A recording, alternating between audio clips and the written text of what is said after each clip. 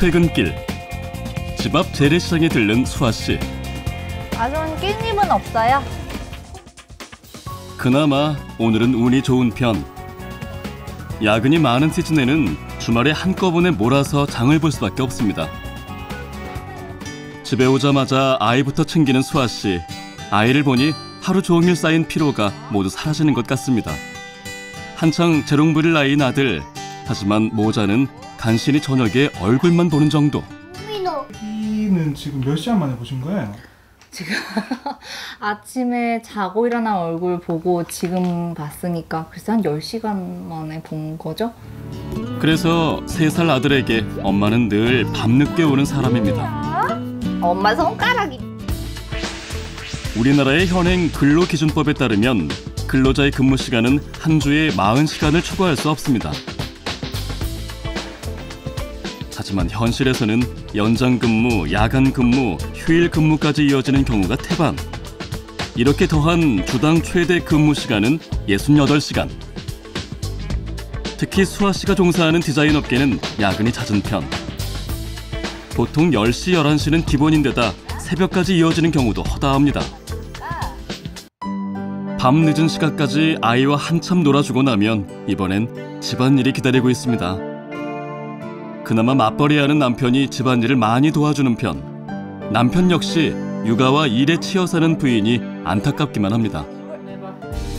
부부는 아이를 위해서 근로시간을 조절하고 싶지만 선택의 폭은 크지 않습니다.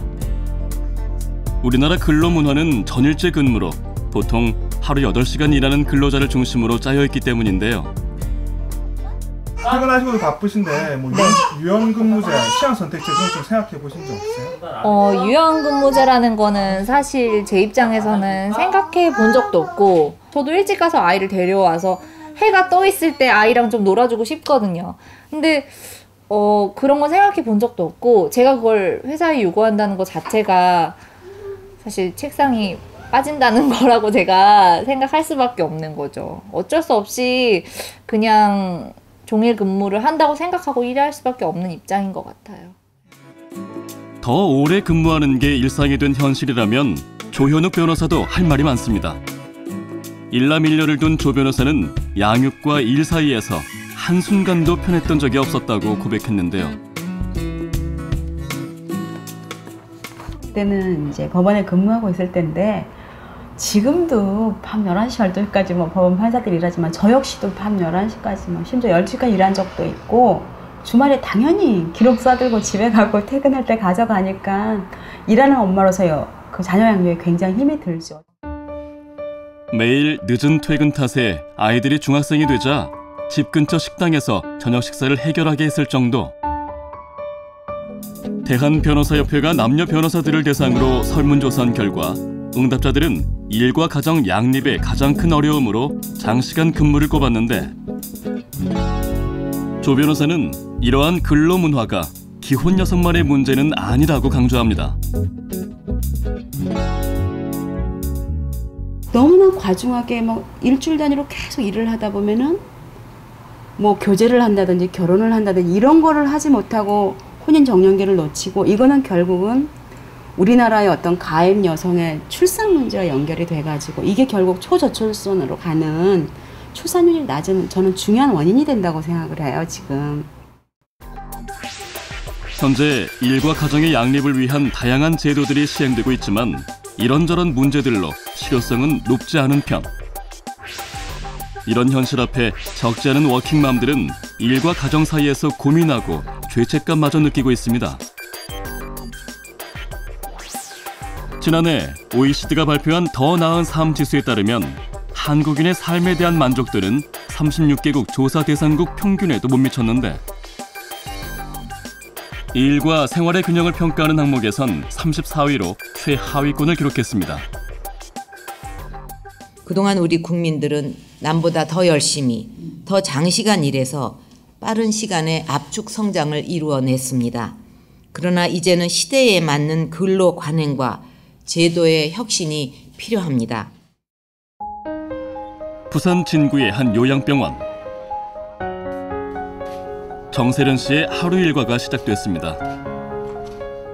식사 많이 하셨어요? 식사 많이 했어요? 아, 안 보였어요? 아, 아니요. 안에서 뭐 한다고 안 보였나 봐요. 오늘 옷도 예쁜 거 입으셨네요. 물리치료사로 일한 지 6년 차라는 세련 씨. 이 병원엔 올 1월에 입사했습니다. 어떠세요? 이거는 아직 안 와요. 이제 다리도 와요. 네, 그럼 이렇게 해놓을게요.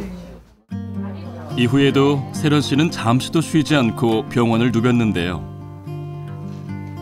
특유의 싹싹함 덕에 평판도 좋은 편. 조금 밀게요. 바쁘게 움직이던 세련 씨. 그런데 시계바늘이 오후 3시를 넘어서자 업무를 정리하기 시작합니다. 먼저 가보겠습니다. 수고하십시오. 아직은 퇴근하기 이른 시간인데 무슨 일이라도 있는 걸까요?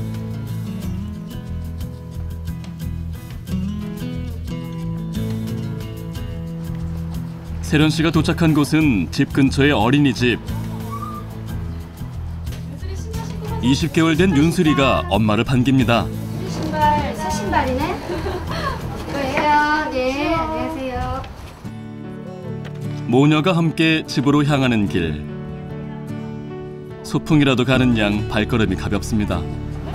놀이터 가서 시소 탈까? 네. 시소 탈 거예요? 엄마랑 탈 거예요? 엄마는 이렇게 여유 있게 윤소리를 데리러 가고 놀아줄 수 있다는 게 믿기지 않습니다. 지금의 직장에 오기 전에는 늦은 퇴근으로 한 집에 살면서도 가족들의 얼굴을 마주하는 것조차 힘들었기 때문.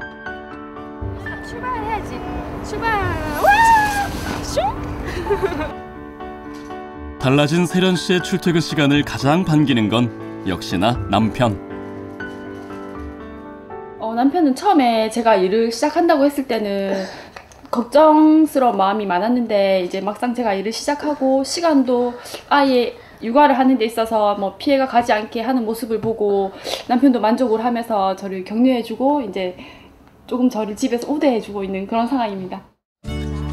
누구의 눈치도 보지 않고 당당하게 일과 가정을 돌볼 수 있게 된 지금의 상황이 일거양득이라는데요.